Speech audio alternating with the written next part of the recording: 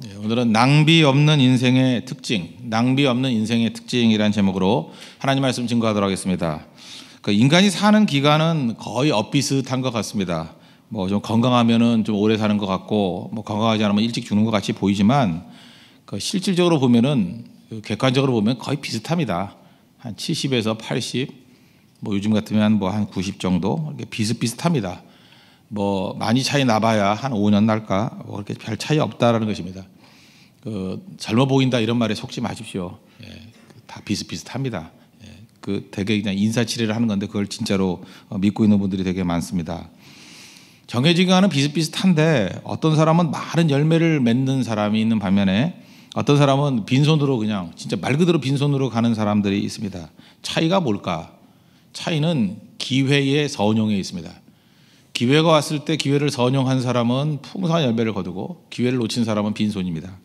또 기회를 극대화시킨 사람이 있습니다. 그런 사람은 그 영향력 있게 살아가는 인생이 된다는 것입니다.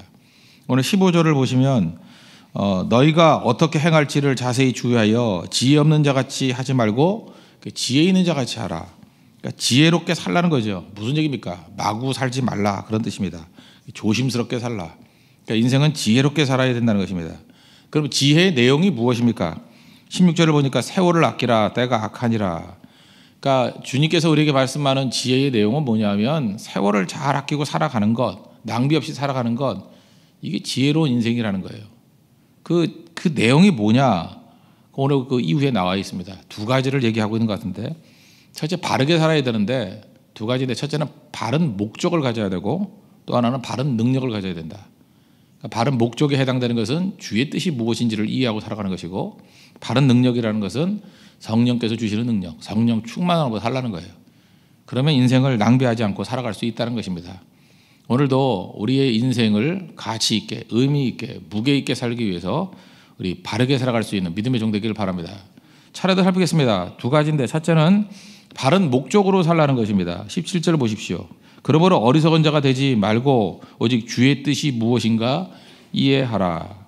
그러니까 주의 뜻, 이건 뭐 나를 향한 뜻이겠죠. 그러니까 인생의 목적이 뭔지를 명확히 알아야 된다는 것입니다. 우리 그냥 이 땅에 보낸 게 아니겠죠.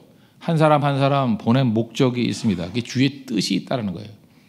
그 앞에 보니까 때가 악하니라, 이렇게 때라는 단어, 그 주어진 시간이 있다는 거거든요. 우리 헬라어 단어는 두 가지 단어가 있다는 거 아시죠? 시간이라는 단어가 카이로스라는 단어와 크로노스라는 단어. 이 카이로스라는 단어는 질적인 시간이고 실존적인 시간이고 뭐 사건이 일어나는 시간이고 의미 있는 시간이고, 크로노스는 그냥 시간이에요. 뭐 세월이 간다 그럴 때 양적 시간 365일 24시간 이런 시간입니다. 그래서 굳이 정의를 내린다 그러면 이 크로노스라는 시간 안에 카이로스가 있는 거예요. 그러니까 우리 인생 전체 살아가는 가운데 거기서 의미 있는 시간만을 카이로스다 이렇게 얘기한다는 것입니다. 자기 자신을 놓고 한번 생각을 해본다 그러면 그냥 노닥거리면서 TV 보다가 살아가요. 그럼 뭐 크로노스겠죠. 그런데 어느 순간인가 자기 자녀들하고 깊이 있는 대화를 나누거나 또 뭐 누굴 섬기거나 뭐 이런 일이 있습니다. 그럼 그게 카이로스겠죠. 부부지간에도 마찬가지입니다. 뭐 맨날 만나가지고 잡담이나 하고 있으면 그 크로노스죠. 그냥 세월은 간다 이런 거고. 그러나 미래를 얘기하고 신앙을 얘기하고 어떤 결단을 얘기한다 그러면 그 시간은 카이로스가 될 수 있다는 것입니다. 성도들도 마찬가지죠. 신앙생활 할 때 그냥 신앙생활 한 거야. 그냥 교회 다니면서. 그러면 그게 크로노스에 가까울 수 있는데, 어느 순간인가 기도의 시간이 있고 선교의 시간이 있고 헌신의 시간이 있다. 그러면 그 시간은 카이로스가 될 수 있다는 것입니다. 굳이 말하면 의미, 가치 있는 시간을 카이로스라고 한다는 거예요. 그러니까 여기서 보니까 카이로스, 그런 시간을 꼭 붙들라는 거예요. 그게 성경의 메시지라는 것입니다. 그러기 위해서 중요한 어떤 단서가 뭘까라고 생각해 보니까 어떤 그 영국 선교사님이 쓰신 글인데, 선교 다 마치고 난 다음에 이제 영국으로 돌아왔습니다. 돌아왔더니 그 자기가 섬기는 교회에 어떤 자매가 있는데 얼굴이 빛난 자매라는 거예요. 예쁘다는 뜻이 아닙니다. 어떤 영적인 신비감이 있을 정도로 얼굴이 빛이 나는 자매가 있더라는 거예요. 저건 뭔가 심상치 않다. 근데 그 자매의 세 가지 특징이 있더랍니다. 첫째는 오른손이 없대요. 오른손이 왜 없나 그랬더니 어렸을 때 탈곡기에 손이 잘못 들어가가지고 이게 잘린 거예요. 그러니까 장애를 갖고 있죠. 오른손에 장애를 갖고 있는 자매. 이게 첫 번째 특징. 두 번째, 그 얼마 전에 또 인도 선교사로 파송을 받아서 인도에 가서 선교를 했던 자매래요. 그런데 병을 가지고 폐병을 알아가지고 뭐 옛날 얘기니까 돌아오게 된 그런 경력이 있는 자매다. 이게 두 번째 특징이고, 세 번째는 이제는 죽을 날이 다가왔대요. 무슨 일인지 모르지만 죽음이 임박한 어떤 뭐 그런 지병이 있게 되는가 보죠. 그래서 이제 얼마 안 남은 인생, 그게 세 가지 특징이라는 거예요. 그런데 얼굴을 보니까 해같이 빛난답니다. 설명할 수 없는 어떤 신비감이 있더라는 거예요. 그러면 우리의 상식하고 현실이 다르면 궁금하죠. 그래서 물어봤다라는 거예요. 도대체 내가 들어보니까 여건이 녹록치 않은데 어떻게 그렇게 밝은 해 같은 빛나는 얼굴을 가지고 있느냐 그랬더니 그 자매가 이렇게 설명을 하더랍니다. 나는 무슨 일을 만나든지 모든 일 가운데 항상 왜 why를 물은 적이 없대요. 항상 나는 what, 그죠? 어떻게는 물었대요. 어떻게. 무엇을 물었대요. 무엇. 어떻게라고 해도 무엇이죠. 내가 무엇을 해야 됩니까? why를 묻지 아니하고 what을 물었다. 그러니까 예를 들면 자기 손이 어렸을 때 이 탈곡기에 집어넣어가지고 손이 잘렸죠. 그러면 이게 불행 아닙니까? 하나님 왜 내게만 이런 불행을 주십니까? 이렇게 물으면 우리 보통 사람들과 똑같은 반응이 나올 거예요. 왜 내게만 이런 불행이 있습니까? 그러지 않고 이 한쪽 손이 잘린 이 몸을 가지고 내가 무엇을 해야 되겠습니까? 내가 무엇을 해야 되겠습니까? 달라지죠. 또 한 가지, 자기가 선교사로 나갔다가 폐병으로 인해서 돌아오게 된 상황이 되었다고요. 그럴 때 왜 하나님 내가 헌신했는데 내게만 이런 병을 주십니까? 이렇게 묻지 아니하고 이 몸으로 무엇을 해야 되겠습니까? 이걸 물었다는 거예요.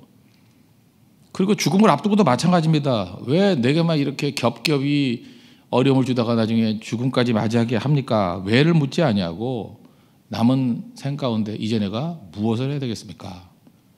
이게 그 인생을 다 바꿨다는 거예요. 사실 뭐 저를 비롯해서 여러분들도 똑같은 얘기 아닙니까? 실제로 그 험악한 인생, 낭비하며 사는 인생들은 답도 없는 걸 묻고 있잖아요. 해답도 없는 것을 맨날 왜를 물어요. 왜? 욥기를 보십시오. 욥기에서 가장 큰 문제가 뭐예요? 왜 묻다가 끝난 거예요? 답도 없어요. 그런데 마지막에 정신 차리고 난 다음에 딱 한 가지예요. what이에요. what. 내가 무엇을 해야 될 것인가? 사도 바울의 위대성이 어딘지 아십니까? 다메섹도상에서 뭐라 그래요? 왜 이거 안 물었어요? 내가 그럼 무엇 할까요? 그죠? 변화받자마자 그거는 무엇 할까요? 그게 위대한 인생 만들었다고요.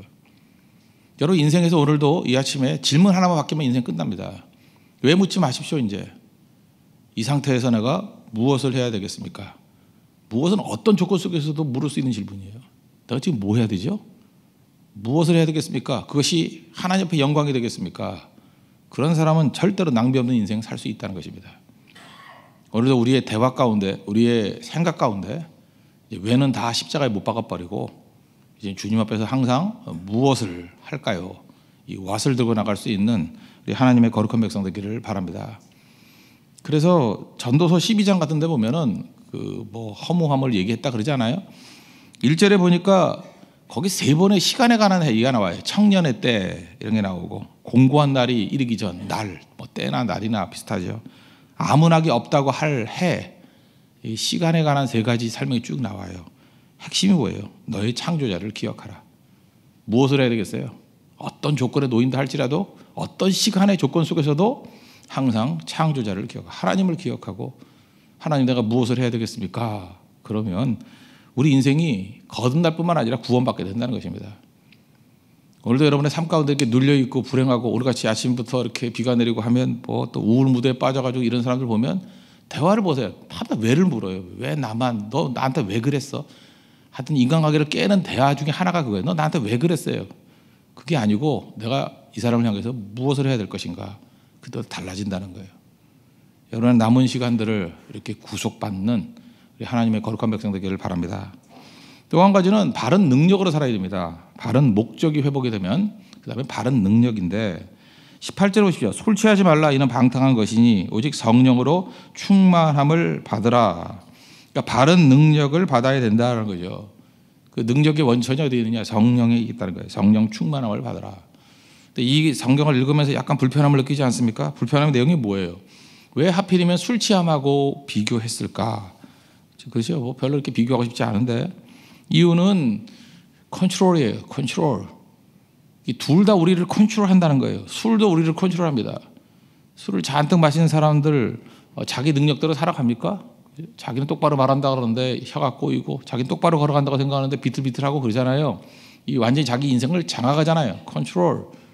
마찬가지로 성령 충만함도 그거와 유사하다는 거예요. 너희들이 술 취할 때 나타나는 반응이 있지 마찬가지로 네 뜻대로 되는 게 아니야. 성령 충만하면 성령의 능력과 성령의 주도 아래 살아간다. 그것을 우리에게 보여주고 있습니다. 결과는 어때요? 술 취하면 방탕한 것이에요. 결과가 안 좋습니다. 망하는 겁니다. 근데 성령 충만하면 뭐 열매가 얻겠죠. 사랑과 희락과 화평과 오래 참음, 뭐 자비, 양성, 충성, 온유, 절제 이런 갈라디아서 5장에 나오는 성령의 9가지 열매를 풍성히 거두는 인생을 살아갈 수 있다는 것입니다. 그래서 성령의 능력, 성령께 사로잡히게 되면은 우리의 삶에 있는 모든 것들이 가치 있어진다고요. 의미 있어진다고요. 그래서 성령의 능력으로 살아가야 됩니다. 버릴 게 없어요. 그때부터 의미 있는 인생을 산다는 거예요. 예를 하나 들어본다 그러면 차인표 씨 같은 분이 그런 것 같아요. 연예인들이 얼마나 많이 있습니까? 뭐 크리스찬 연예인들도 많이 있는데 제가 볼 때 제일 좋은 영향을 미치는 분 중에 하나인 것 같아요. 이분이 제일 많이 사역하시는 것이 이제 컴패션이잖아요. 그 아프리카 어린이들 이렇게 돕는 사역이거든요. 힐링 캠프에서 몇 년 전에 한번 나왔던 것 같은데 거기에 그분이 그렇게 얘기합니다. 2006년도에 처음으로 컴패션에 무슨 뭐 대사가 돼가지고 아프리카에 갔답니다. 그 어린이들을 돕는 것인데 그때 충격을 받았다는 거예요. 딱 10년 전이죠. 2006년이니까. 어린아이들이 굶주리고 있었고 어린아이들이 아무 이유도 없이 에이즈에 걸려서 죽어가고 있었고 파리가 날아다니는데 몸에 있는 파리를 떼어놓을 힘도 없는 아이들이 있더라는 거예요. 아니 어떻게 인간이 이런 모습으로 살아갈 수 있나. 세상에 이런 곳이 다 있나. 충격을 받았다는 거예요. 근데 그 아이들을 건져내서 그냥 적어도 인간적인 삶을 사는데 드는 비용이 45,000원이래요. 45,000원만 들이면 그 혜택을 받을 수 있고 거기서 벗어날 수 있는데 그렇게 흥청망청 사는 사람들이 많음에도 불구하고 그 45,000원을 도와주지 못해가지고 그 어려움들을 당하고 있더라는 거예요. 충격을 받은 거죠. 이게 도대체 이게 인간들이 이럴 수 있는가? 적어도 그리스도인들이 이 모습을 모르고 그냥 넘어갈 수 있는가? 원래 그 연예인들은 이제 스트레스도 많이 받기 때문에 이렇게 유흥업소도 가고 그러잖아요. 자기 쉬려고. 이 장면을 보고 난 다음에 지금까지 한 번도 그런데 가본 적이 없대요. 그냥 그게 눈에 선하기 때문에. 그 방송 끝나고 난 다음에요. 그 사인업 한 사람들이 내가 그 아프리카 어린이들 돕겠다. 6,500명이 사인했대요. 근데 그 컴패션이라는 그 선교 단체에서 구호 단체에서 1년 내에 많이 올 때 10,000명 온대요. 하루 만에. 그것도 한순간 만에 그냥 1년치 목표의 반 이상을 더 달성한 거예요. 이게 바로 무슨 얘기입니까? 연예인의 영향력을 가지고 이거보다 더 잘 쓰임받게 되는 경우도 없죠. 우리 인생이 그런 겁니다. 이미 다 가지고 있는 거예요. 어떤 사람은 그 인기 유지하려고 연연해하고 어떤 사람은 돈이 있으면 돈 지키려고 연연해하고 명예 지키려고 연연해하고 그렇게 사는 거 아니라는 거예요. 지금 이미 하나님께서 우리에게 주어진 것들이 너무나도 많이 있는데 그것이 폭발력 있게 사용되는 방식이 있습니다. 성령께 맡기면 돼요. 성령 충만한 가운데 성령이 주도하면 풍성함의 열매가 있다는 것입니다. 그래서 여러분 무슨 일을 하든지 성령 충만 없이 일하는 것들은 두려워해야 됩니다. 어떤 사람이 봉사를 하는데 성령 충만 없이 봉사해요. 그 봉사에 반드시 문제가 생겨요. 우리 뭐 청소도 많이 하죠. 청소조차도 성령 충만해야 됩니다. 성령 충만 없이 청소하다 보면 나중에 어떤 일이 벌어질지 몰라요. 그 청소하다가 그 빗자루 들고 싸울 수 있고 청소기로 얼굴을 밀어 당겨가지고 살점이 떨어지고 뭐 별일이 다 벌어질 수 있어요. 뭘 하더라도 마찬가지예요. 성령 충만 없이 선교하죠. 선교가 되질 않아요. 그러니까 무슨 일을 하든지 주의 일들을 봉사할 때는 성령이 주시는 능력을 하라고 했잖아요. 성령 충만이 우리 모든 능력의 원천이 돼야 된다는 것입니다. 그럼 나타나는 현상이 세 가지가 나타나는 것 같아요. 찬송의 능력이 나타나고 19절 보세요. 시와 찬송과 신령한 노래들로 서로 화답하다. 그래서 어느 교회 가보면 찬송의 능력이 있어요. 이게 찬송 들어보면 알아요. 이 사람이 찬송을 하는 건지 그냥 노래 부르는 건지 이 가사가 기도가 되는 건지 안 되는 건지 이 뭐라 그러죠? 찬송을 들을 때 그 온 성도의 마음이 이렇게 묻어서 같이 올라가는 찬양이 있어요. 이 성령 충만한 찬양이 있다니까요. 그래서 찬송 소리 딱 들어보면 알아요. 영적 상태를. 아, 지금 이게 영적 상태가 지금 한 15도밖에 안 되는구나. 20도 되는구나. 뜨겁구나. 금방 알 수 있다는 거예요. 여러분 삶 가운데 찬송의 능력이 회복되기를 바랍니다. 제가 그 뒤쪽에서 이렇게 그 예배 같이 드리면서 느꼈던 게 뭐냐면 찬송 부를 힘이 없는 사람들이 너무 많더라고요. 그 얘기는 뭐예요? 영적으로 완전히 다운이 돼버린 거예요. 찬송가 5절이 있을 때 5절까지 다 마저 못 불러요. 힘이 없어가지고 3절 부르다가 그 다음에 축 처져 있어요. 그 다음에 립싱크예요. 입만 뻐끔뻐끔. 나 금붕어인 줄 알았어요. 그리고 힘이 없기 때문에. 근데 성령 충만해지면 찬송을 크게 부르고 빨리 부른다는 얘기가 아니에요. 그 안에 힘이 있어요. 그리고 감사하는 자가 됩니다. 20절이면 감사가 터져 나오고, 그 다음에 피차 복종한다 그랬죠. 21절 관계가 좋아져요. 자아가 죽지 않은 사람들이 가면은요 맨날 부딪혀요. 맨날 싸우고, 자꾸만 싸우고 부딪히는 사람들 보면은 그 상대방이 나쁜 것도 있겠지만 본인이 깨지지 않은 자아가 있어요. 죽지 않은 자아가 있기 때문에 그렇다고. 근데 성령이 주도가 되면은 관계가 좋아져요. 피차 복종하는 일, 감사가 넘쳐나는 일, 시와 찬송과 신령한 노래들을 화답하는 찬송의 능력이 임하는 일, 이런 일들이 벌어지게 된다는 것입니다. 우리 삶에 있는 모든 것들이 다 부활한다는 거예요. 생명의 능력이 살아난다는 거예요. 여러분 모든 것들을 살릴 수 있는 믿음의 신실한 종 되기를 바랍니다. 낭비하지 않은 인생 두 가지입니다. 바른 목적, 바른 능력. 주의 뜻이 무엇인지를 분별하십시오. 명확히 이해하십시오. 성령의 능력으로 일하십시오. 그럴 때 낭비 없는 승리하는 인생이 될 것입니다. 다 같이 하나님께 간구하겠습니다. 낭비 없는 인생을 살고 주의 뜻이 명확히 우리 삶 가운데 녹아내리게 해달라고, 성령 능력으로 주의 사명 감당하게 해달라고 다 같이 하나님께 간구하겠습니다.